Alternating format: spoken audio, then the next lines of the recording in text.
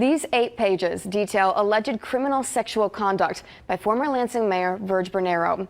Former intern Elizabeth Hart filed this lawsuit against Bernero earlier this month. I spoke with Liz Hart this spring and with her attorney this week to learn why they are filing this lawsuit now.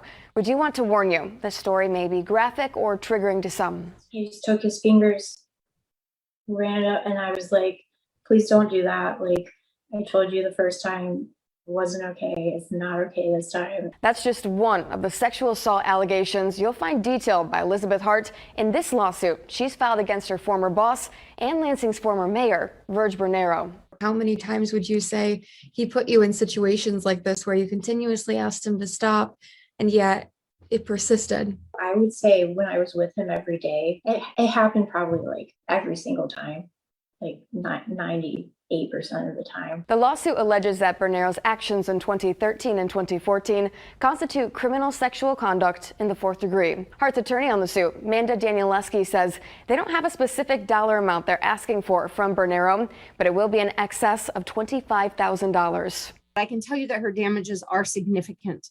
What happened to her was life-changing. Hart says that Bernero touched her feet sexually, called her late at night, asked her to show him one of her breasts, asked her to have a threesome, grabbed her hair. His response is just your typical response from any guy getting called out for sexual harassment. I'm a changed man. I went to therapy.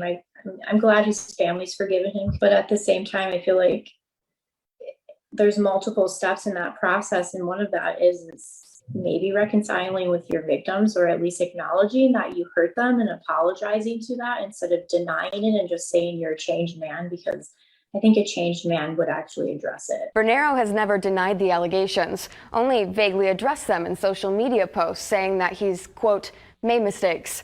I reached out to Bernero and his team to ask if they would like to comment on the allegations. I was told no. When Miss Hart came forward with her allegations originally, did Mr. Bernero ever attempt to speak with her, reach out with her? Never. Did she attempt to speak with him? No.